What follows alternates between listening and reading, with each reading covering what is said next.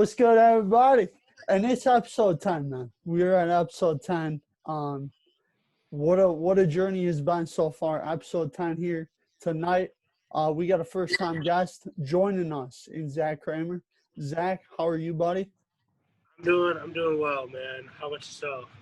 I'm awesome, man. Hey, and also, guys, make sure y'all follow Zach. I'm going to put his stuff down below, his link to his channel. He does a lot of golf. He does some hide and seeks, does some really nice vlogs, man. Zach's pretty good at vlogs. I know that right now, obviously, with the COVID, it's a little bit harder to do some vlogs, but I'm sure once COVID passes, Zach's going to have some fun stuff cooking, right, Zach? Yes, sir. I got a brand new team that I just hired on, and we're gonna be working a lot to make some good content, some good videos for a lot of people. That's awesome, man. That's awesome. I mean, Zach's definitely showing that he's grinding, man. Zach's even at the gym doing this podcast, so shout out to him, man. Yes, sir. We getting a workout in right now. Got to stay in shape. Yes, sir, man. All right, Zach. Well, I want to ask you about the Packer game that's supposed to happen tomorrow night. We're not kind of sure. There's, both teams are kind of dealing with COVID right now, but as of right now, Tom Pelissero and Adam Schefter are both reporting that that the game will happen. That the game will happen tomorrow night, 7:20 in Santa Clara, California. Zach, what are your early takeaways from the game? Who do you think will win, and what are some keys that you're looking for? I think it's going to be tough for San Francisco's offense. I mean, hearing that George Kittle's going to be out with what I believe it's a right foot injury or left foot injury. Yeah, I think he broke his foot. And then Jimmy Garoppolo is out, I heard as well. Could be out, or I don't know if he's out for sure. But that's going to kind of put a downer to the 49ers offense, and hopefully their backup can step up for them. But I just think Green Bay has to come out hot. I mean, obviously it was a devastating loss last week against Minnesota. And I didn't think they looked all that hot. Their defense was kind of off. They couldn't stop the running game from Dalvin Cook, which he had a phenomenal game. I'll give him credit for that. But I just think the Packers need to come out hot next game and fire on all cylinders. And they just got to get their defense intact as well. What do you prediction for that game? You think Green Bay win, Green Bay loss? What you thinking? I think I got to go with Green Bay. I've been repping Green Bay a long time, so I got to rep for my team. And I think it'll be a close game. So I'm gonna say 31-25. That's my score prediction. Okay. Yeah, that's definitely this is definitely going to be a very interesting game. I agree with you. I think there's a lot of things to look at. Obviously, injuries. San Fran has a lot of them. The COVID situation for both teams. Obviously, both of them are coming off short weeks. San Fran's coming off a really bad loss to Seattle, and Green Bay's coming off a horrific loss to Minnesota. So this game is really going to be interesting to see how each team does. I mean, really, I want to see how the Packers come out. They've obviously struggled a lot in San Francisco. Going back to last year, they were blown out twice, and both times they played, and it really wasn't even close. And I think Green Bay is going to really come out with a sense of urgency tomorrow. I think not having, obviously, A.J. Dillon and Jamal Williams is going to really, I think, hold them back a little bit in this game. But I expect Aaron Rodgers to have a vintage Aaron Rodgers performance. I actually think Aaron will go for like 450 yards and 4 touchdowns tomorrow. I think he's pissed about losing last year. I would say I think this game will be 34-24 Green Bay. I just think San Fran, with all those injuries, I mean, if everyone's healthy for them, I would definitely pick this game differently. But with Garoppolo, Kittle, Raheem Mostert, Bosa, Thomas, Sherman, all these guys not playing, I just think it's too much for San Fran to overcome. I think Rodgers is going to light it up. He's going to have a big day. I think our defense is going to struggle against the run. I really do. I think you could expect San Fran to run for north of 200 yards against our defense, but I think Rodgers is just going to be too hot that it won't be enough to get out of there with a win. Absolutely, I agree with that, and I totally forgot that Mostert was out as well with an injury, and so was Sherman. But yeah, that team. I mean, that 49ers team is not the same as it was last year. Obviously, their Garoppolo has been getting injured, coming back, and getting re-injured, and it's just not a fun time for 49ers fans. But looking on Green Bay's side, I mean, it's hard to tell. I mean, they came off hot. They started on what 3-0, 4-0, 4-0. and then they had a not so good game. Then they bounced back, and then Minnesota they just couldn't get the job done at the end of the game. Obviously, Rodgers couldn't get that pass off. But I'm looking forward to this game tomorrow night. Hopefully they play it, and I really do believe in what you say that Aaron Rodgers will come out and have a vintage game. I really respect that. And the other thing I think is Devontae Adams. I think he probably will get double covered in tomorrow night's game. So they're going to need other receivers to step up and play big in that game. Yeah, I think I like what you were saying about Devontae. I think really they're going to try and double him and neutralize him. You know, Robert Saleh, obviously great defensive coordinator over there in San Francisco. I'm really surprised he didn't get much consideration for head coaching jobs. I was very surprised at that because, you know, he's a tough-minded guy, teaches very well on defense. Obviously, you look at San Fran last year, and even now they still have a really good defense despite all those injuries. Obviously, a guy you point to is Fred Warner, and I think that's another thing that we're going to have to look out for is Fred Warner because we struggle with Levante David and Devin White when we play Tampa Bay. They're two fast guys that can make differences and make impacts, and I think it'll be really interesting. Do I think that the tight ends for Green Bay, I really think are going to be the difference in this game. You know, obviously, Tanya's had a big game this year. Sternberger last weekend had a really good game. You know, obviously, Rodgers missed him on 2 to 3 throws that could have been big plays. I really like Sternberger and Tanya's development. It'll be interesting to see. I don't believe Lazard will play, but he's getting close, so that's huge for us considering how good Lazard was before he got hurt. I think, you know, MVS, EQ, I think he's looking to have a bounce back game. He had a couple of drops last weekend, catches he should have made. I think he's going to have a bounce back game, but I think even Tay getting doubled, I think Tay is going to have a good game. I mean, you see this guy get doubled, you see him go up against best corners in the league, and he figures out a way how to get separation and get yards. And, you know, he's really showing to me that he is the best receiver in the NFL.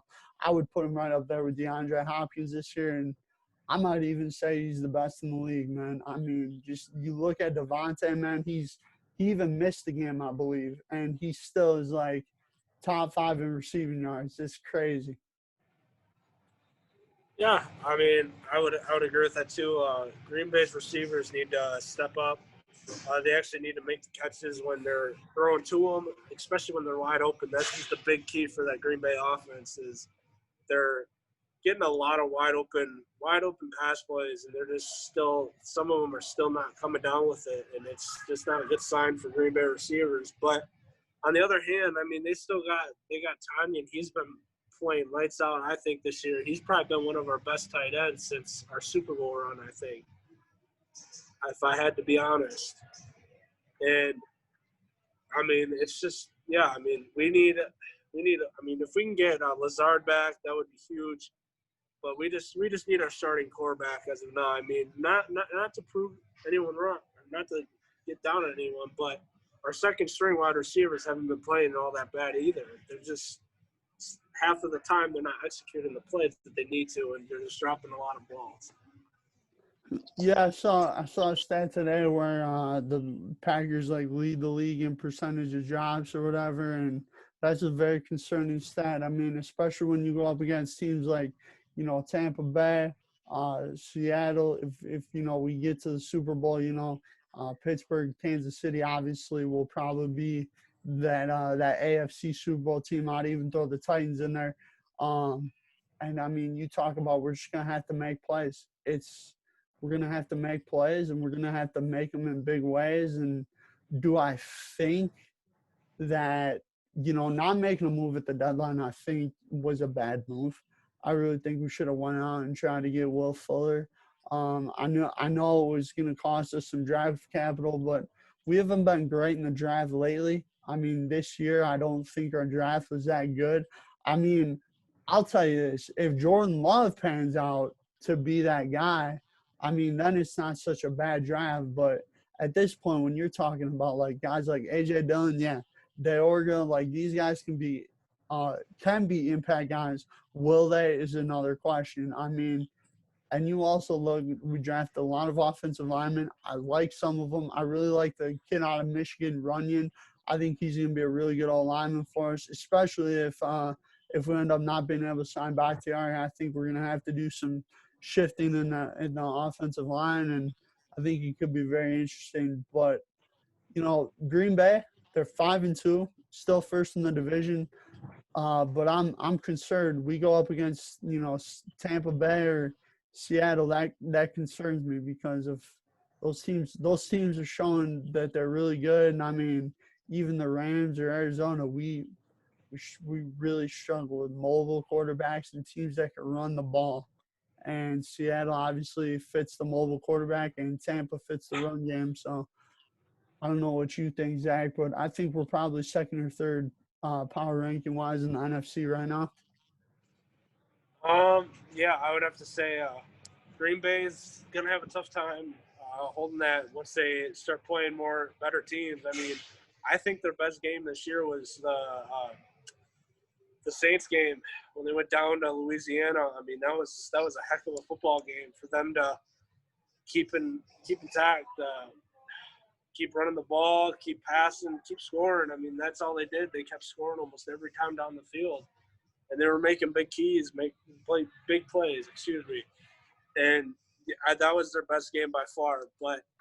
And it's kind of funny to me that I read social media every day on Twitter about ESPN and NFL and all that. They're saying the Bears are the team that are to beat. Obviously, when they started the season, they went 4-1, 5-1, and now they're kind of on the downfall because Nick Foles is kind of struggling.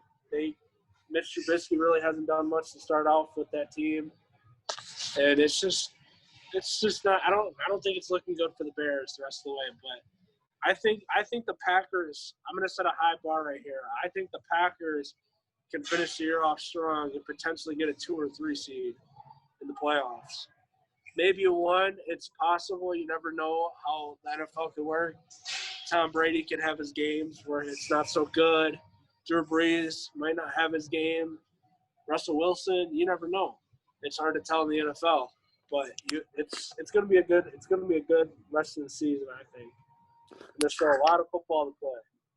Yeah, and I mean there is a lot of football to play. I think the thing that's really concerning to me is just like our defense it's so concerning. Like I think the offense, obviously we've been pretty good this year, I would say. I think like even last week we weren't bad. Like we just weren't great on offense. Like we were average. I mean that's probably an average offensive game for us last week against Minnesota. And obviously I know a lot of people are talking about it, but the defense giving them 28 points with how hot our offense is going, like theoretically that should be enough for us to get the job done. Obviously we didn't. Obviously I would put that game a lot more in the defense than I would the offense. But I mean, it's definitely something to think about because, Rodgers did have the bad game in Tampa. I will say that it was a very bad Rodgers game. But I think what we can take out of that is, we were up 10-0. We were playing well. And then, the 2 pick sixes happened. Everything went downhill. I think, we always talk about in the NFL, Zach, and I know you can agree with this, that it's a momentum league, man. When you start getting momentum in football games, like that's how a lot of these comebacks happen. Is like there's a momentum play that just swings the game. And sometimes it's good and sometimes it's bad, depending on which side you're on. But I think Green Bay this year, they're going to be, I think this could be standard Green Bay. I think we'll probably make the divisional round or the NFC championship game, excuse me. And we'll probably lose. I mean, I don't think the way our defense is right now, like I wouldn't say we beat Tampa. I could see us maybe beating Seattle because Seattle's defense is so bad. But I mean, like when you look at it, it's really Tampa Bay. So that's why I'm saying like the 2 and 3 seeds are so important. Like if Tampa gets the 1 and we get a 2 or 3, like that's very important because then we avoid them until probably the NFC Championship game. Right.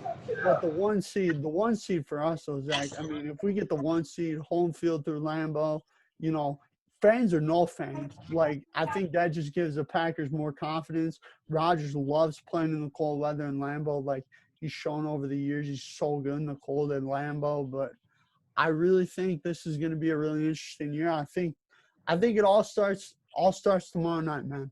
We need to get this win because if we lose this game, our confidence is just zapped. I feel like all the energy just will get like sucked out of the building if we lose.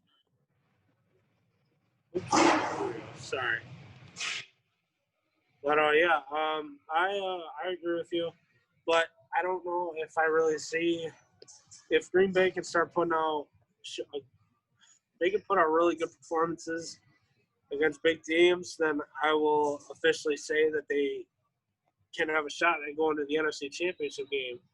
But for right now, coming off a loss to the Minnesota Vikings, who were 1-5 at the time, they weren't playing their best football. I mean, that's hard. I mean, it's hard to tell. Like, either they have one really good game, one really bad game. It's just super hard to tell. But if they do play Seattle, right, later in the year. No, we do not play Seattle this year. We do We not? play like at Indianapolis. I think we play Tennessee. Like those are games where I would point to. Like if we let's say beat Tennessee, then I kind of like then we got a chance. Or even Indianapolis. I think Indianapolis is a very underrated team. You talk about that defense, they're playing at a high level. I mean, Phillip Rivers, if he doesn't turn the ball over, the Colts are a really dangerous team. Absolutely. Yeah, I mean, going up against Henry in Tennessee, that's gonna be a tough matchup for Green Bay because he is this beast. He's unstoppable, and they still got quite a few tough road games I'd see, and they're gonna have a tough time. But I'm very excited for this Chicago Green Bay matchup. It's gonna be very interesting to watch. Is it either gonna be a blowout? Is it gonna be a close game? Or you never know. Like I said, you can't predict what's going to actually happen. You just got to wait to find out what actually happens.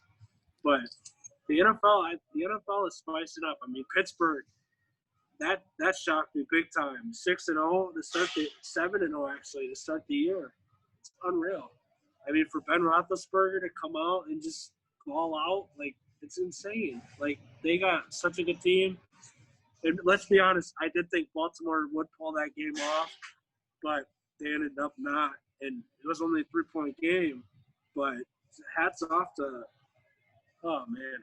Pittsburgh.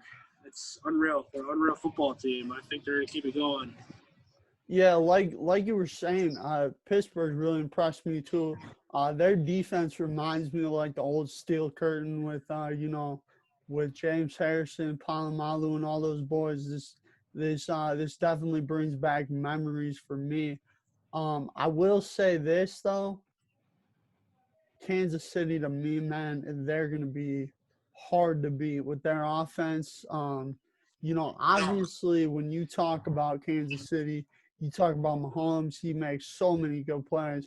I really, it sucks that we're not going to get to see that matchup in the regular season this year because I would love to see Mahomes against that defense and see kind of how it looks on paper. But yeah, I wasn't shocked by the Baltimore game. I really wasn't. I like Pittsburgh going into that one. I think I'm gonna say this. I think Lamar is a little overrated, dude. I think he's a little overrated. I think he has so many highlight reel plays, but I mean, is he really that good? We don't know. He hasn't really won a play. He hasn't won a playoff game. Yeah, he's won some big games. I mean, obviously he's beaten the 49ers, the Patriots a couple of times, stuff like that. But has he really had that signature win? I thought this weekend was a good chance for him to get one of those. But you talk about 4 turnovers.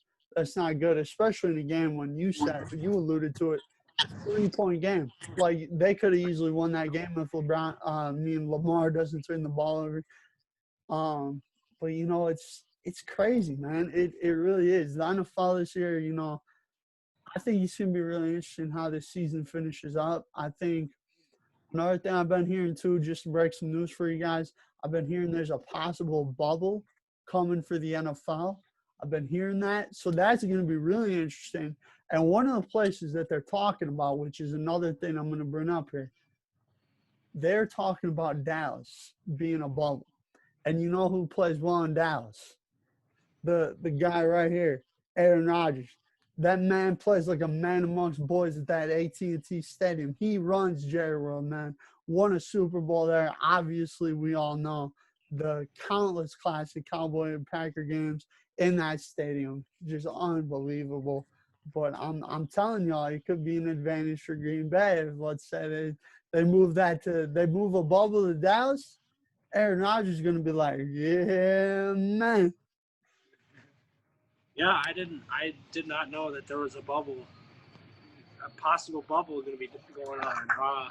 I heard the NBA is trying to restart in December, and they're trying to actually play in their own arenas this upcoming season. But yeah, I did not hear about an NFL bubble. That's going to be interesting to see. I wonder if it's going to be like how they were down in Florida for the NBA, where they got their own, like 2K almost, where they got their own park, basically, where they got their own barbershop and all that to go to. Yeah. Like, if it's going to happen, what's it going to be? Yeah, it's all speculation right now. This is all early speculation. Like nothing has been like signed. Nothing has been like this is where it's gonna be. This is all speculation, things I've been hearing. But I'll tell you this, obviously I don't want a bubble. I wanna see playoff games in their stadiums. I hope we can get some capacity of fans, a safe amount, because let's be real, Zach. Me and you both know that the two best stadiums in the NFL probably are CenturyLink Field and Lambeau Field. And those stadiums with fans are different. They're different than any other place in football. You talk about CenturyLink Field, probably one of the loudest stadiums ever. You talk about Lambeau, obviously very historic. When it's cold outside, Packer fans are still loud. They still cheer. Some even just wear jerseys in like negative 30 degrees. It's unbelievable. Yeah, it's crazy how awesome of a fan base Green Bay has. I mean, I went to one of the games a few years ago, and it was really, really cold. And there's guys in the front row, bare no T-shirt on, and it's just a great atmosphere to be around. I mean, especially in Lambeau Field. And then another game I went to was against Cincinnati, where Green Bay ended up walking it off. Mason Crosby had a game winner in overtime, and there's just a lot of good memories at that place, and it's very cool to be there. It's an awesome, awesome place to be, and a lot of amazing people that you get to meet around there in Green Bay. But yeah, there's a lot of other great arena stadiums in the NFL as well. I mean, I think Seattle's a great place, great stadium too. I mean, that place is packed. Every football game they have there, it's unreal. The fans are insane, and I just think that they got one of the best fan bases in the world as well. I mean, Yeah. they root for them like crazy. Like if they're out of the game, they'll still root for them no matter what the situation. But that's just what it's all about. I mean, fans root for their own team and actually being there when it's no matter the weather. It's unreal. Yeah, and man, obviously, we're living in a crazy world right now. With the pandemic, obviously, we have the election still going on, as you guys may or may not be watching this. I don't know if it's still going on or not when you guys will see this, but it is such a crazy time, and I really think football obviously being back has helped us a lot. I think it's helped some people. I don't think it's helped everybody, but I think it's helped some people just kind of come together and be like a little bit of normalcy, like a little bit. Like it's not fully normal, obviously. Wearing the masks in public, social distancing, all that stuff. Still do that. Kramer, obviously, you've been wearing your mask because you're out in public, all that good stuff. Um, I will say I do like that. The Brewers, man, I know you're a big Brewers. Even though you're a Cubs fan. It's okay. But no, if I could step in here real quick, the biggest thing that I think everyone's learned from COVID since it hit, is that we need to come together. And obviously, we had the rallies for Black Lives Matter. I think it's time that everyone needs to come together as one, and we need to stop this once and for all. And that's my main purpose with my YouTube and what I say out on social media is I try to get out positive messages to each and every person that I meet and I talk to. And I want to spread a good word to everybody to let them know that there is a day to be great. Not every day is going to be perfect, but there is always going to be a day that is going to be your day to inspire others to be great. And it's a hard time to be alive right now. Especially for how bad 2020 has been so far. Obviously we had Kobe's death, which was tragic. And then we had COVID hit, and then obviously we had the rallies, the protests, everything. It hasn't been a good year, but being able to have sports back and most importantly, get out a good message to everybody is truly a great feeling to have, but it's still not going to end. Obviously, it's going to take a lot of time to get over this pandemic, get over the racism and what has happened. And it all starts with us. And we just have to come together. That's the biggest thing that we can do. Yeah, man. And here's the thing, Zach, too, is like me and you obviously have talked. There's little things you can do, man. Wearing the mask, it's not that hard. It's not wearing a mask when you're by people or near people or you're in public or you're in like a public setting.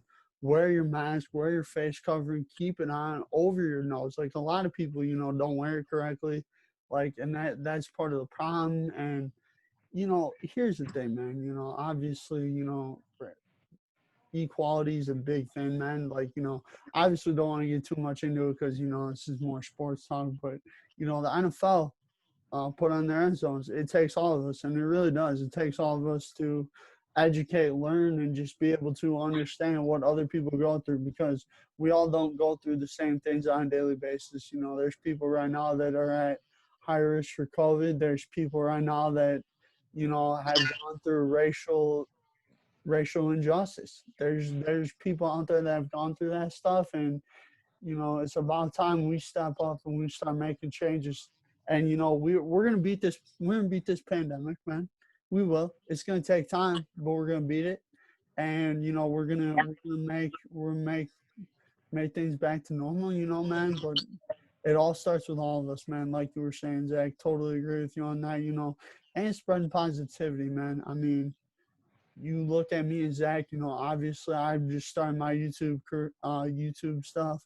Zach, I know you've been doing it for quite some time now. You kind of took a little break, but now you're coming back, and I think we have a good chance to spread some real positivity here about just giving people positive vibes, positive motivation. I've talked to some people that have watched this stuff and they all say it's awesome to see. Like, it's so fun to watch you guys like talk with a bunch of your friends and all that jazz. But it's just great to see, man.